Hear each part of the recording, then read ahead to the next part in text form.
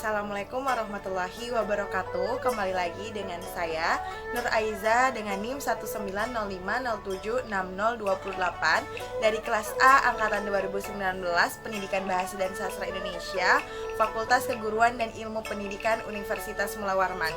Jadi masih mengenai apresiasi prosa. Jadi saya akan menceritakan sebuah legenda atau sebuah kisah yang berjudul Asal Usul Orang Basap, yang mana legenda ini adalah salah satu rumpun suku Dayak di Kalimantan Timur yang tinggal di wilayah Bontang dan Sangkulirang.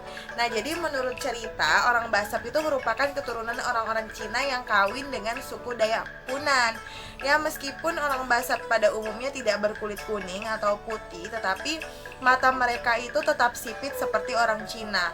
Kemudian kenapa atau bagaimana sampai terjadi yang namanya perkawinan campuran antara dua suku yang berbeda ini ya, bahkan bisa dibilang dua negara yang berbeda.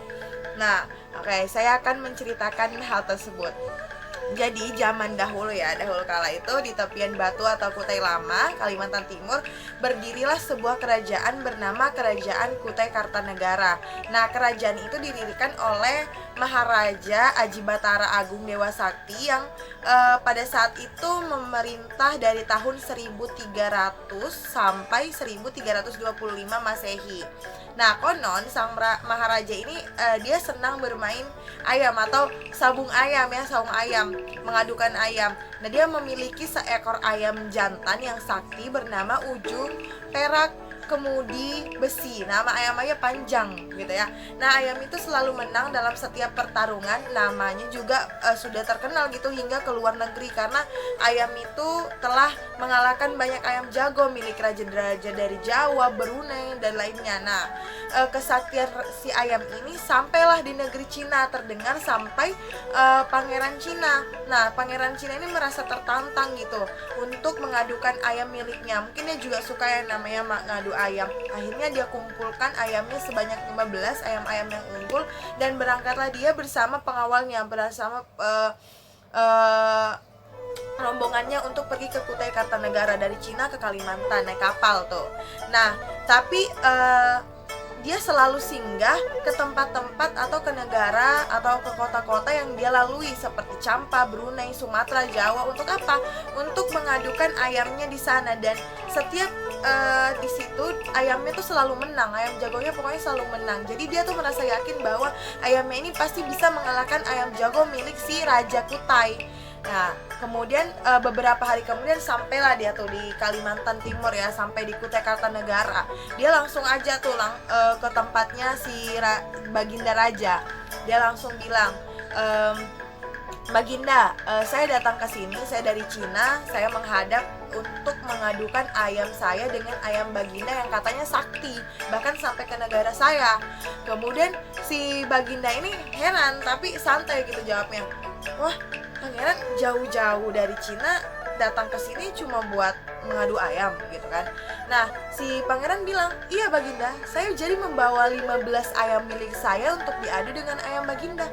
Kemudian si Raja Kutai, si Baginda ini diam gitu sambil ngelus-ngelus jenggotnya kayak dia ragu karena meskipun ayamnya itu sakti, tapi dia akan tetap kelelahan kalau misalnya melawan 15 ayam, apalagi ayam orang Cina ini jago-jago. Tapi kemudian dia tetap menerima karena dia yakin dengan kesaktian ayamnya, dia menerima tantangannya. Kemudian si Baginda berkata, "Oke pangeran, saya terima tantangan kamu, tapi gimana soal aturan dan taruhannya?" Ya kan, harusnya ada taruhan dong kan, ya namanya juga sabung ayam, judi gitu. Kemudian si pangeran bilang, "Gini Baginda, jadi ayam jago saya ini akan melawan ayam Baginda, ayam sakti Baginda setiap hari, dan setiap ayam itu seharga 100 bungkal emas dan sebesar 1 bungkal emas yang sebesar lutut dan sebutir berlian sebesar telur merpati." Bayangkan, setiap hari gitu kan. Nah, kemudian si Baginda yang mendengar taruhan itu langsung dijawab, "Oke, aku setuju sama tawaran itu. Nah, kita besok ya bertarungnya," gitu. Nah, kemudian keesokan harinya si Baginda ini memerintahkan prajuritnya untuk menyiapkan gelanggang khusus untuk sabung ayam, dan itu di depan istana. Mendengar hal tersebut, pastinya si rakyat-rakyat yang ada di Kutai Kartanegara, di Kalimantan, mungkin di Kalimantan itu pada berdatangan untuk melihat sabung ayam ini. Mungkin pada zaman itu sabung ayam itu termasuk hiburan yang menarik ya. Nah, mulailah mereka tuh dari gelanggang kiri dan juga gelanggang kanan masing-masing. Kemudian dilepaskan ayamnya, si ayam-ayam ini masing-masing itu berkokok bersaut-sautan sambil mengancang-ancang untuk saling menyerang. Nah, dan di situ suasana penonton tuh yang tadinya riuh tiba-tiba jadi hening, benar-benar khusyuk ya melihat atau menonton pertandingan sabung ayam ini. Kemudian tanpa basa-basi, si ayam jagonya milik si orang Cina ini nyerang dengan beringas gitu, tapi ayam jago milik Baginda Raja dengan gesit menghindar. Kemudian ayam jago pangeran terus menyerang bertubi-tubi gitu ya, tapi si ujung perak kemudi besi miliknya Maharaja Kutai itu bisa menghindar terus-keterusan. Nah, lama-kelamaan ayam jago milik pangeran Cina itu lelah. Nah, karena melihat tersebut, ayam jagonya Baginda akhirnya langsung tuh nyerang dan kemudian mati. Ayamnya mati karena kena taji. Jadi taji itu sebuah pisau kecil yang disangkutkan ke kaki ayam yang bisa membunuh, yang bisa mengoyak-oyak ayam lawan. Nah, karena hal tersebut pada rakyat tuh sudah senang di hari pertama sudah kalah dan sesuai perjanjian dikasih tuh yang tadi taruhannya. Kemudian sampai hari ke-14 masih mati nih ayam pangeran. Kemudian menuju hari ke-15 atau ayam terakhir, si Baginda bertanya nih, gimana pangeran, taruhannya kita lanjutkan atau kita sudahi gitu kan. Nah, si Baginda nanya gitu. Terus si pangeran jawab, iya Baginda, hamba akan tetap mempertaruhkan kapal hamba dan seluruh isinya. Tapi Baginda juga harus janji, Baginda akan mempertaruhkan kerajaan Baginda beserta isinya. Nah, mendengar hal tersebut, Baginda pasti langsung shock gitu ya, kayak gimana nih, masa saya mempertaruhkan kerajaan saya dan seisinya, bahkan rakyat pun juga ikut cengang gitu, ikut cemas. Nah, tapi kemudian saat berpikir, ayam jagonya tuh ngepak-ngepakan sayapnya, berkokok-kokok. Dia memberi kode bahwa nggak apa-apa Baginda, nggak apa-apa Tuan, Tuan harus yakin dengan kesaktian saya.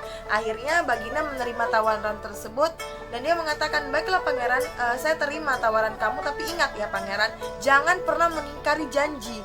Jika salah satu dari kita mengingkari janji, ia akan mendapatkan hukuman dari Sang Hyang Dewata, dari Tuhan ya, gitu kata si Baginda. Nah, pangeran menyetujui itu perjanjian tersebut. Akhirnya pertarungan itu dimulai. Ya memang sudah lama, bahkan sampai sore itu ayamnya, kedua ayam tersebut masih kuat. Tapi ketika malam mulai menjelang, ayam milik pangeran ini sudah mulai kelelahan dan si ayam jagonya Baginda ini akhirnya memenangkan pertandingan di hari itu. Nah, kemudian Maharaja Kutai pun memerintahkan prajuritnya untuk mengambil nih semua layar dan dayung yang ada di layar kapal pangeran Cina, karena kan tadi perjanjiannya seperti itu kan, kapalnya gitu. Nah, tapi karena Baginda ini punya hati nurani, dia tetap mempersilahkan pangeran dan juga pengawalnya untuk tidur di kapal tersebut untuk 1 malam aja gitu. Nah, tapi kemudian si pangeran Cina dan rombongannya ini bikin rapat diam-diam. Dia mau lolos atau mau melarikan diri dari kerajaan itu kemudian, tapi bingung sebenarnya si pangerannya ini bingung karena layarnya sama dayungnya udah diambil semua sama pangeran sama Baginda. Tapi salah satu juru masaknya pangeran ini ngomong gitu, ngusulin, kan kita punya nih ya layar yang udah robek, gimana kalau misalnya kita jahit aja, jadi kita bisa pakai tuh. Nah, akhirnya diterimalah usulannya, kemudian dibuat dayung, dijahit itu layarnya. Nah, saat malam mereka akhirnya pergi meninggalkan Kutai Kartanegara, pergi diam-diam. Tapi salah satu prajuritnya Baginda melihat dan dia melaporkan ke Baginda gitu kan, si pangeran Cina mengkhianati kita gitu. gimana, apakah kita harus membawa kapal tersebut? Tapi kemudian si Baginda dengan tegas menjawab, tidak perlu, jangan mengejarnya. Pangeran itu telah berjanji, dia tidak akan mengingkarinya. Nah, karena dia sudah mengingkarinya, maka lihat saja nanti mereka akan mendapat musibah di tengah laut. Maka si raja bersumpah gitu ya, keringlah laut yang melilingi Wangkang, biarlah seumur rombongan Pangeran Cina berada di tempat itu. Nah kemudian sementara itu ya, rombongan Pangeran Cina sudah masukin teluk, sudah masuk ke teluk Sangkulirang, dan tanpa diduga-duga ada angin puting beliung mendekat. Kemudian air laut yang ada di sekitarnya pun tersedot ke atas. Kemudian Pangeran Cina dan prajuritnya pun mulai panik. Mereka segera menurunkan jangkar agar tidak ikut tersedot ya oleh pusaran angin puting beliung. Namun sampai saat ini tempat anak buah Pangeran Cina menurunkan jangkar itu diberi nama Kampung Jangkar. Akhirnya karena hal tersebut ya, mereka sudah tidak bisa berlayar lagi karena tidak ada air. Akhirnya hidup orang Cina itu di sana menetap di sana gitu ya. Dan lama kelamaan kapal itu berubah menjadi batu. Nah, menurut cerita, pangeran dan prajuritnya tinggal di tempat itu. Mereka kemudian berbaur dengan penduduk setempat, yakni orang-orang suku Dayak Punan, hingga terjadilah yang namanya perkawinan. Nah, orang-orang keturunan Cina dan suku Dayak Punan itu kemudian dikenal sebagai orang Basab. Jadi seperti itulah asal-usul orang Basab yang masih kalau di Bontang banyak sih, banyak di Bontang Kuala sih lebih tepatnya ya. Nah, kalau di Sangkulirang mungkin teman-teman yang sedang menonton dan orang Sangkulirang juga sudah tahu dan sering bertemu, atau mungkin teman-teman juga termasuk salah satu orang Basab nih. Nah, seperti itu ceritanya. Jika ada yang kurang mungkin bisa diluruskan di kolom komentar. Saya Nur Aiza pamit undur diri. Terima kasih. Assalamualaikum warahmatullahi wabarakatuh.